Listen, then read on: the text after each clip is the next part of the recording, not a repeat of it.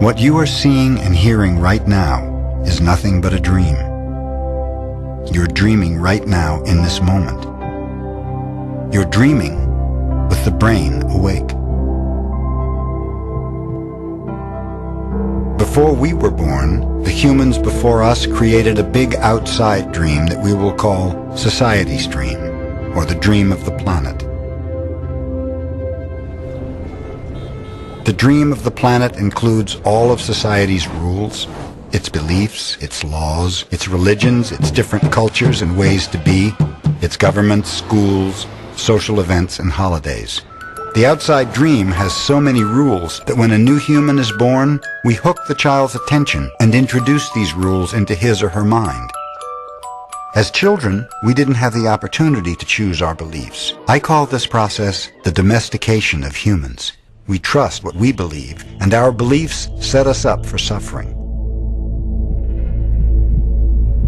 In the dream of the planet, it is normal for humans to suffer, to live in fear, and to create emotional dramas. Our personal dream can also become an ongoing nightmare, but we don't need to dream a nightmare. It is possible to enjoy a pleasant dream. You need a very strong will in order to adopt the 4 agreements.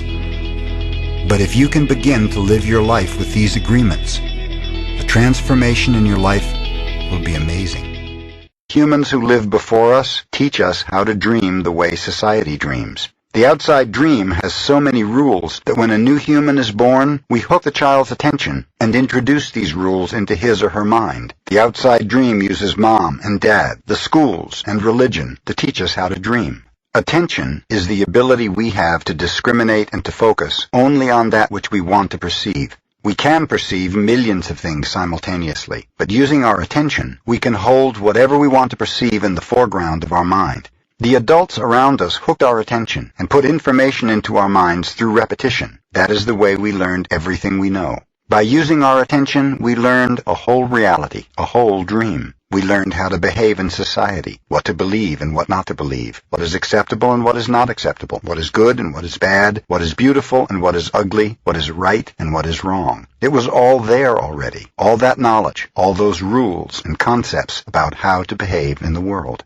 When you were in school, you sat in a little chair and put your attention on what the teacher was teaching you. When you went to church, you put your attention on what the priest or minister was telling you. It is the same dynamic with mom and dad, brothers and sisters. They were all trying to hook your attention. We also learn to hook the attention of other humans, and we develop a need for attention which can become very competitive. Children compete for the attention of their parents, their teachers, their friends. Look at me, look what I'm doing. Hey, I'm here. The need for attention becomes very strong and continues into adulthood. The outside dream hooks our attention and teaches us what to believe, beginning with the language that we speak. Language is the code for understanding and communication between humans. Every letter, every word in each language is an agreement. Once we understand the code, our attention is hooked and the energy is transferred from one person to another. It was not your choice to speak English. You didn't choose your religion or your moral values. They were already there before you were born. We never had the opportunity to choose what to believe or what not to believe. We never chose even the smallest of these agreements. We didn't even choose our own name. As children, we didn't have the opportunity to choose our beliefs, but we agreed with the information that was passed to us from the dream of the planet via other humans. The only way to store information is by agreement. The outside dream may hook our attention, but if we don't agree, we don't store that information. As soon as we agree, we believe it, and this is called faith. To have faith is to believe unconditionally. That's how we learn as children. Children believe everything adults say. We agree with them, and our faith is so strong that the belief system controls our whole dream of life. We didn't choose these beliefs, and we may have rebelled against them, but we were not strong enough to win the rebellion. The result is surrender to the beliefs with our agreement. I call this process the domestication of humans, and through this domestication, we learn how to live and how to dream. In human domestication, the information from the outside dream is conveyed to the inside dream, creating our whole belief system. First, the child is taught the names of things: mom, dad, milk, bottle. Day by day, at home, at school, at church, and from television, we are told how to live, what kind of behavior is acceptable. The outside dream teaches us how to be a human. We have a whole concept of what a woman is and what a man is, and we also learn to judge. We judge ourselves, we judge other people, we judge the neighbors.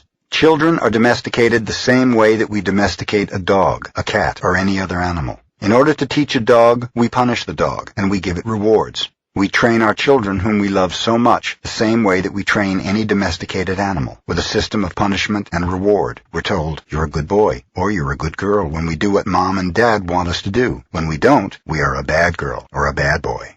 When we went against the rules, we were punished. When we went along with the rules, we got a reward. We were punished many times a day, and we were also rewarded many times a day. Soon we became afraid of being punished and also afraid of not receiving the reward. The reward is the attention that we got from our parents or from other people like siblings, teachers, and friends. We soon develop a need to hook other people's attention in order to get the reward. The reward feels good, and we keep doing what others want us to do in order to get the reward. We start pretending to be what we are not, just to please others, just to be good enough for someone else. We try to please mom and dad, we try to please the teachers at school, we try to please the church, and so we start acting. We pretend to be what we are not because we are afraid of being rejected.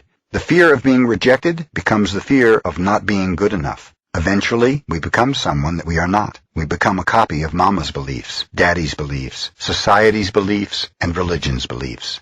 All our normal tendencies are lost in the process of domestication. And when we're old enough for our mind to understand, we learn the word no. The adults say, don't do this and don't do that. We want to be ourselves, but we are very little, and the adults are big and strong. After a certain time, we are afraid because we know that every time we do something wrong, we're going to be punished. The domestication is so strong that at a certain point in our life, we no longer need anyone to domesticate us. We don't need mom or dad, the school, or the church to domesticate us. We're so well trained that we are our own domesticator. We are an auto-domesticated animal. We now domesticate ourselves according to the same belief system we were given and using the same system of punishment and reward. We punish ourselves when we don't follow the rules. We reward ourselves when we are a good boy or the good girl. Just as the government has a book of laws that rule the society's dream, our belief system is the book of laws that rules our mind. Without question, whatever is in that book of law is our truth. We base all of our judgments according to the book of law, even if these judgments go against our own inner nature.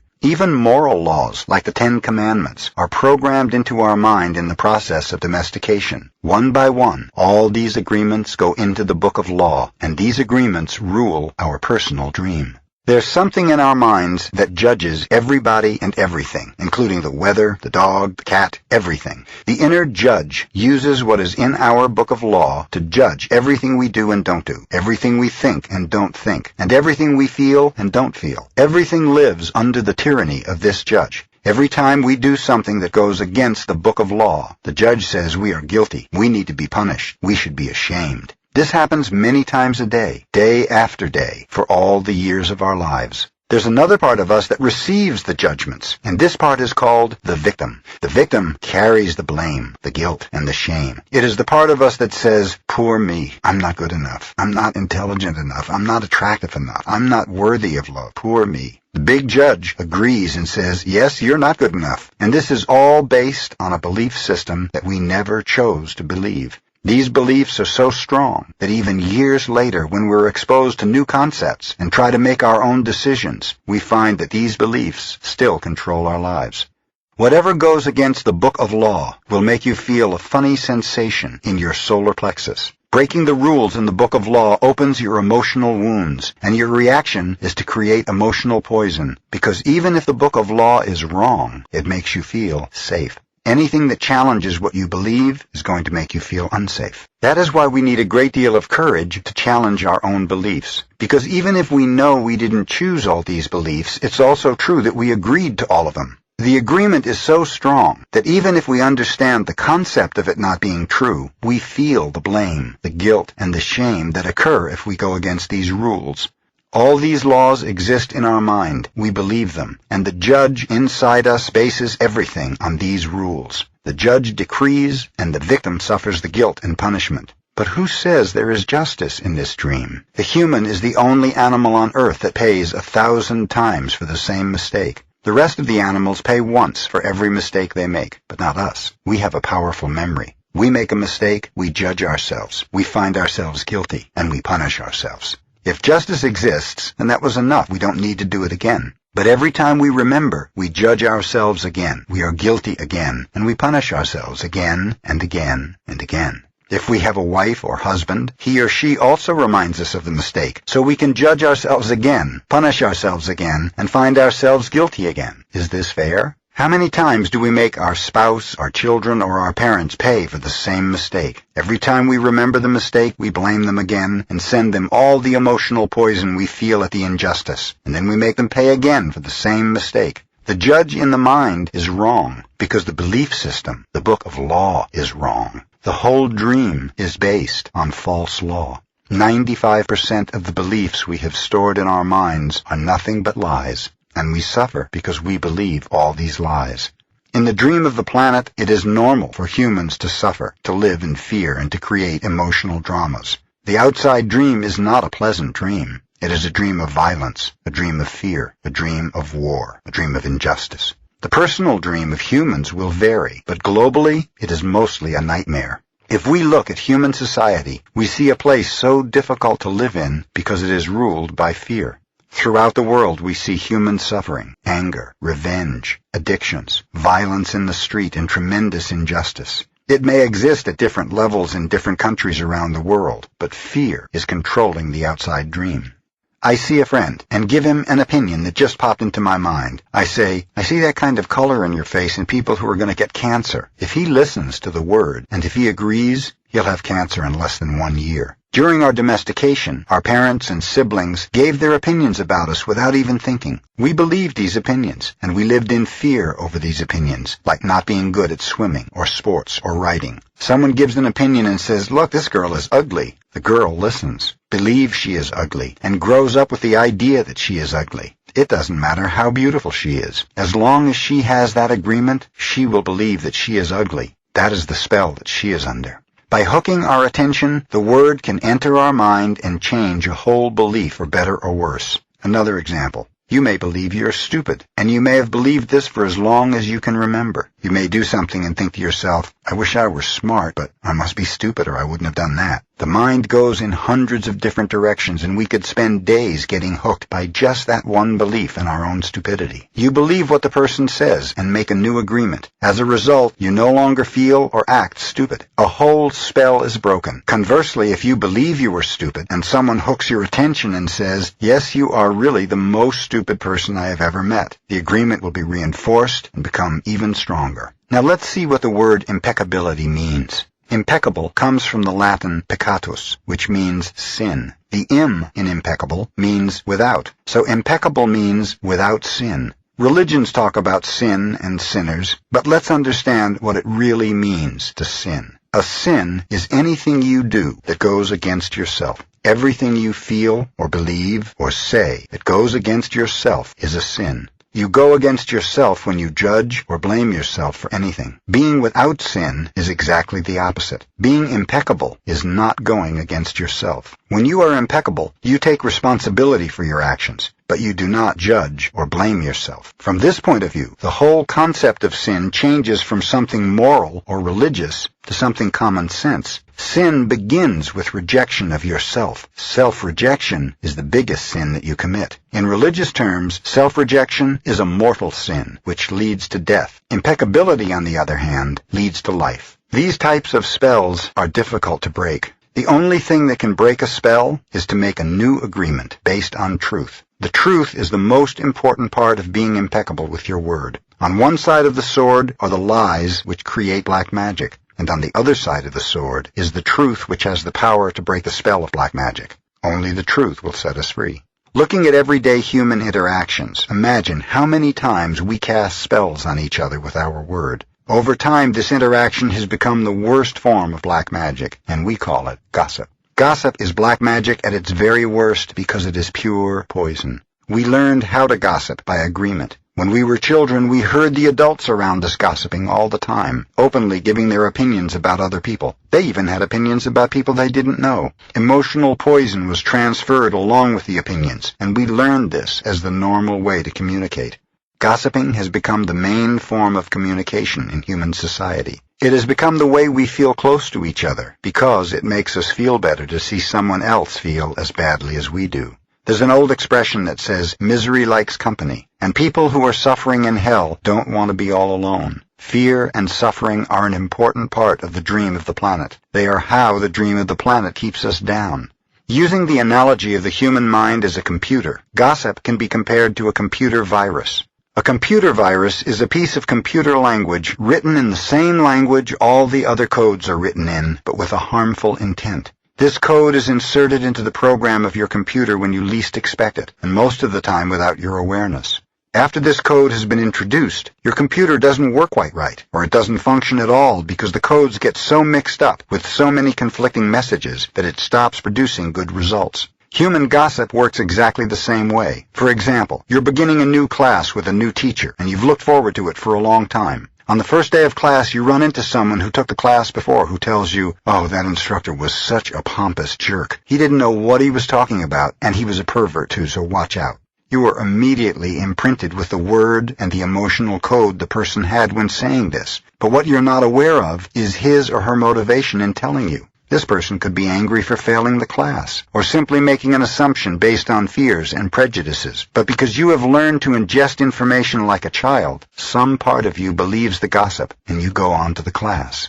As the teacher speaks, you feel the poison come up inside you, and you don't realize you see the teacher through the eyes of the person who gave you that gossip. Then you start talking to other people in the class about this, and they start to see the teacher in the same way, as a jerk and a pervert. You really hate the class, and soon you decide to drop out. You blame the teacher, but it is gossip that is to blame. All of this mess can be caused by one little computer virus. One little piece of misinformation can break down communication between people, causing every person it touches to become infected and contagious to others. Imagine that every single time others gossip to you, they insert a computer virus into your mind, causing you to think a little less clearly every time. Then imagine that in an effort to clean up your own confusion and get some relief from the poison, you gossip and spread these viruses to someone else.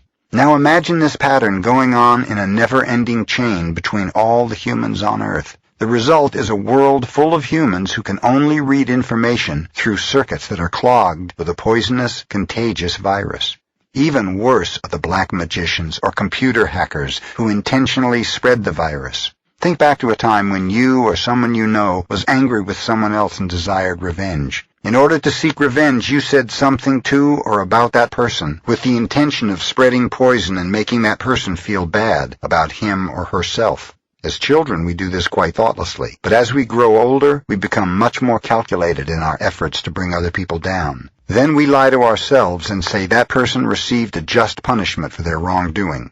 When we see the world through a computer virus, it is easy to justify the cruelest behavior. What we don't see is that misuse of our word is putting us deeper into hell. For years, we've received the gossip and spells from the words of others, but also from the way we use our word with ourselves. We talk to ourselves constantly, and most of the time we say things like, "Oh, I look fat. I look ugly. I'm getting old. I'm losing my hair. I'm stupid. I never understand anything. I will never be good enough, and I am never going to be perfect."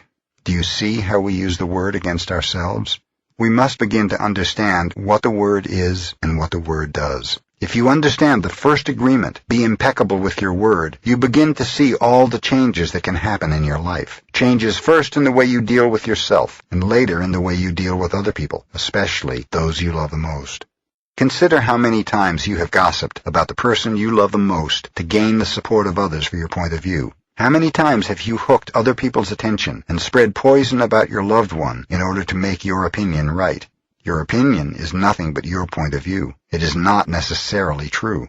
Your opinion comes from your beliefs, your own ego, and your own dream. We create all this poison and spread it to others just so we can feel right about our own point of view.